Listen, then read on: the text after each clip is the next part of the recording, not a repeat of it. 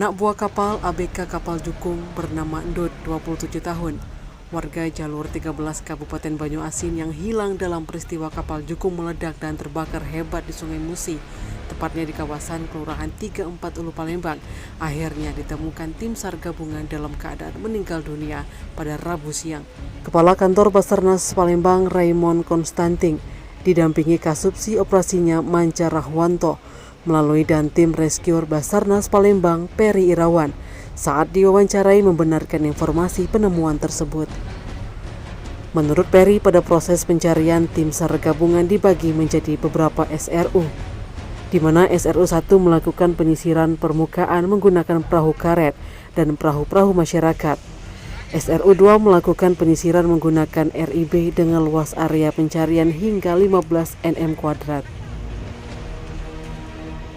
Dengan ditemukannya korban, maka operasi SAR dinyatakan selesai dan ditutup. Diberitahukan sebelumnya pada hari Senin, kapal Jukung Bintang Kejora dengan jumlah POB 4 orang bermuat minyak jenis Pertalite dan solar, mengisi bahan bakar minyak BBM di SPBB Apung 34 Ulu Palembang. Namun setelah mengisi BBM, kapal Jukung tersebut tetap bersandar di SPBB Apung hingga malam hari.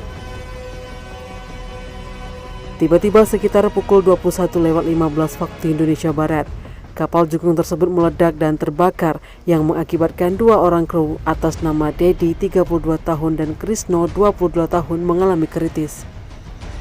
1 orang atas nama Askolani 60 tahun yang merupakan nahkoda kapal meninggal dunia dan 1 orang atas nama Endut hilang.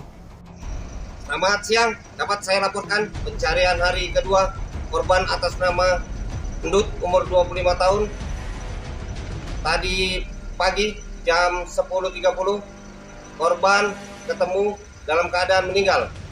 Unsur yang terlibat Basarnas, TNI Polri, PMI dan masyarakat setempat. Demikian yang dapat saya laporkan. Selamat siang. Tim Liputan Sumsel ABTV melaporkan.